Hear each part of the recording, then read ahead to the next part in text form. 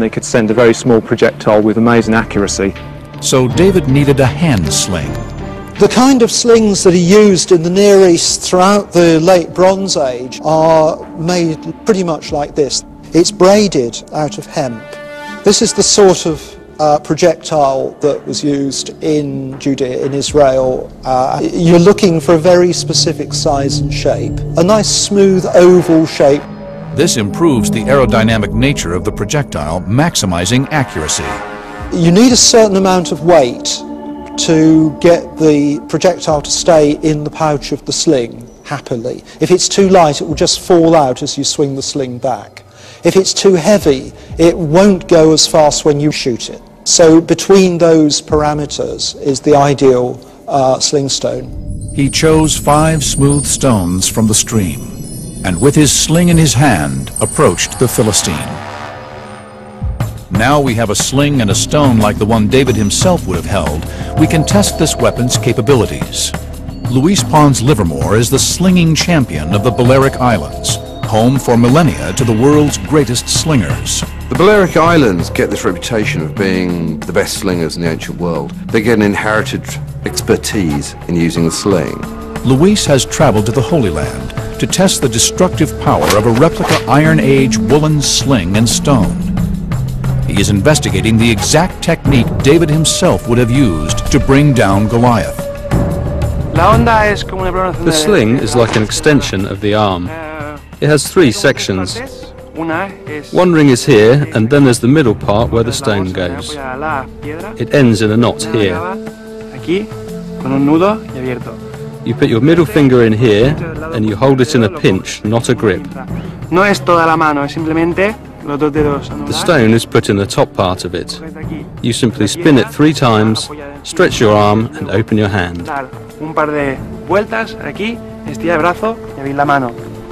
The snap heard from a sling is a sonic boom.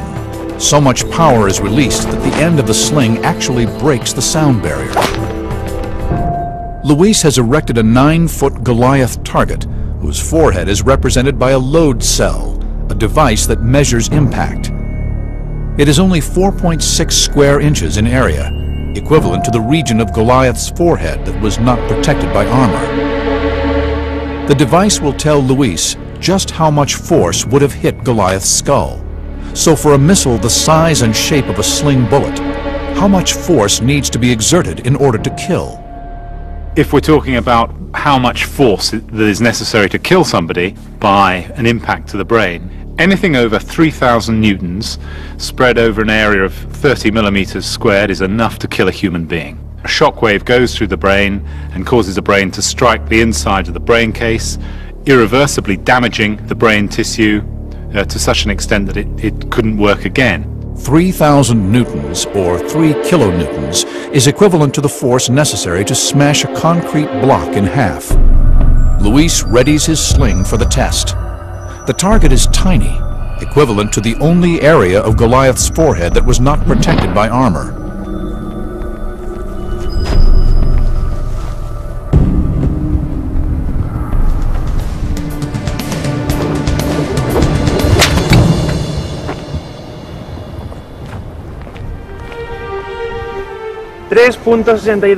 .62 kilonewtons. That's sufficient to eliminate Goliath with a sling and a stone. Goliath is now dead. He slung it and struck the Philistine on the forehead. The stone sank into his forehead and he fell face down on the ground. But to have achieved this must have taken extraordinary skill and nerve. Even Luis, the world's foremost champion slinger today, has found it exceptionally difficult to obtain power and accuracy at the same time. To be able to take out an armoured man with one sling stone is a lucky or an incredibly skillful shot, even for a very skilled slinger. He must have been endowed with some tremendous skill, ability, and capability that came to the fore at the time of a crisis. And the fact that he was able to face a crisis successfully is one of the basic requirements for ultimate kingship. Ancient discoveries have revealed that it is possible for a mere boy to sling a stone so accurately that he could kill a distant target. But to do this, David would have been more skilled than the average shepherd boy in the arts of a warrior, or very lucky, or, as the Bible suggests, truly blessed. Throughout the reign of King David, and still to this day, man has attempted to control fire. Could ancient documents reveal that the people of biblical times had a miraculous technique, a way to create fire as if from nowhere? One of the Bible's most mysterious wonders is the story of an altar of stone and wood described in 1 Kings. The altar burst into a fiery inferno, but amazingly no spark was used to ignite it. The flame appeared to spring from nothing. Analysis of accounts by some of the greatest historians of the ancient world could shed new light on this biblical puzzle. They describe a mysterious man-made chemical that would burst into flame without the need for sparks or embers. It was called automatic fire. Automatic fire, as it sounds, is fire that seems to spontaneously ignite. So I think of a lot of this is mysterious, supernatural, that there are magical powers at work. Ancient discoveries are investigating the secrets of automatic fire. The story begins nearly 3,000 years ago on Mount Carmel in Israel. According to the Bible, the Israelites had been rejecting Jehovah and worshiping Baal, the god of rain. Now there was only one priest of Jehovah remaining, the prophet Elijah. Elijah went before the people and said, "If the Lord is God, follow him. But if Baal is God, follow him." But the people said nothing. He had to lay down the gauntlet, and he said, "Come on, bring your prophets of Baal, and let's see who the real God is." So Elijah set them a challenge. He and the prophets of Baal would both build altars and call upon their gods to ignite them.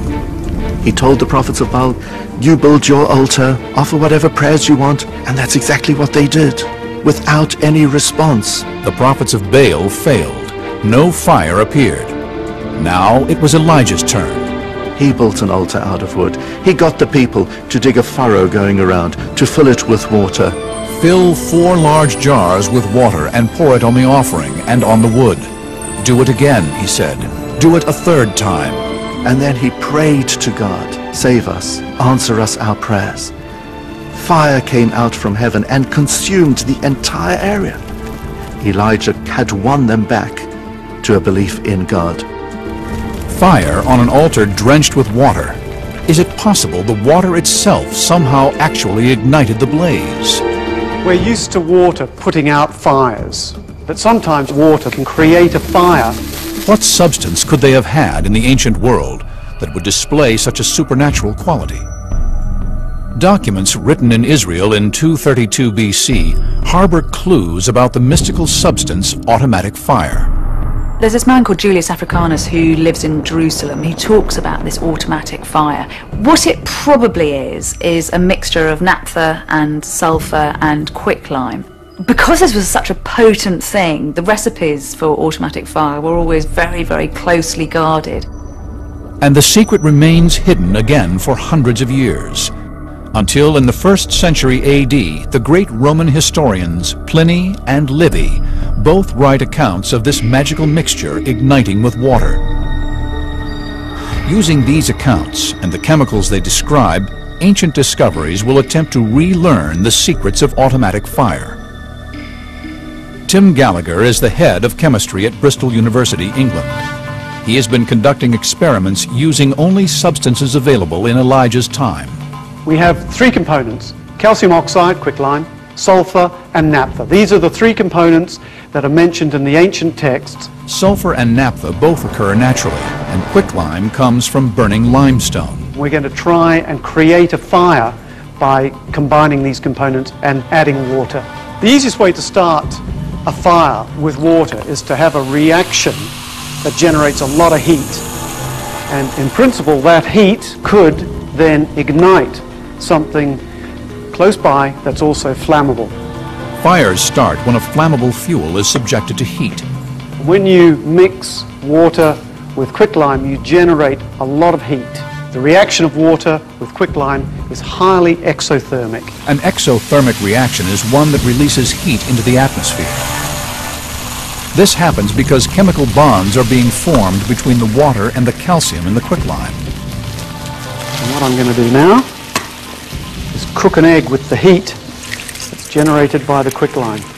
Over 500 degrees Fahrenheit now. I didn't think we would generate such a large amount of heat so quickly. If you can harness that heat in the presence of something that will ignite, then you have a way of generating fire with water. But what we don't have in here is anything that will catch fire. So Tim is going to redo this test in the presence of the two fuels, naphtha and sulfur, in the hope that these will ignite from the heat generated. But this experiment will be on a much larger scale. Tim has built a replica of Elijah's altar. So the altar is comprised of 12 large stones, which represented the 12 tribes of Israel. We've added all the quicklime into our little trench. Here we have pieces of rock sulfur. And then the last thing that we'll do, which is the last thing that Elijah did, Elijah poured 12 barrels of water onto his altar. We think that some of that water was naphtha. Naphtha looks just like water, pours just like water, and then we're going to try and ignite that with the heat we generate by adding water to quicklime. The quicklime and water need to raise the ambient temperature past 449 degrees Fahrenheit in order to ignite the sulfur. Once the sulfur is alight, the naphtha and the altar should burst into flame. In Tim's earlier laboratory test, the quicklime reaction reached 527 degrees Fahrenheit. So in theory, this experiment should succeed. But in practice, it hasn't been tried for thousands of years.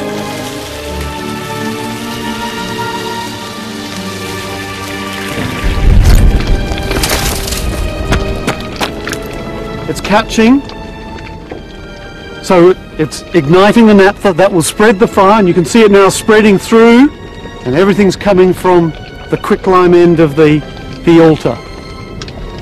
So you can see now the fire is really beginning to build up. It doesn't prove that this is how Elijah created the fire.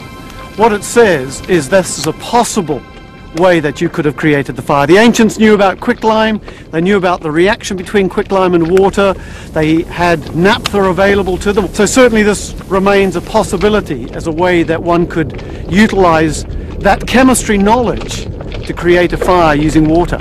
People thousands of years ago had an advanced understanding of substances and their reactions. But how they used this knowledge and how much secret wisdom remains lost to science will never be known. Another closely guarded secret of the time was that of one of the earliest biological weapons, a honey that was toxic and was used by ancient armies to poison the enemy. Bees, wasps, and hornets strike fear into most of us. Even today, bees kill up to 100 people every year. And in biblical times, military leaders used this fear to terrify enemy armies. In the Bible, if you take all the references to bees, you will notice that some of them present bees as being a danger, as being even a lethal weapon in war. And I will send hornets before you, which shall drive out the Hivite, Canaanite, and Hittite from before you. People develop all kinds of ways to use bees. They pack them into little clay pots, which are almost like hand grenades. They attach whole hives to catapults and shoot them into cities. But in an ancient account by Greek historian Strabo lies evidence that this weapon was taken one step further. In 67 BC, something happened in the north of Turkey that is still not fully understood by historians. One of the strangest examples of biowarfare was used against the Roman army. It involved a honey trap of an ingenious nature. There's hugely varied different forms of power struggles going on throughout Roman history. Lots of kings who are very unhappy with their lot and try to rebel. One of these rebellions was led by King Mithridates. He was one of Rome's most successful enemies.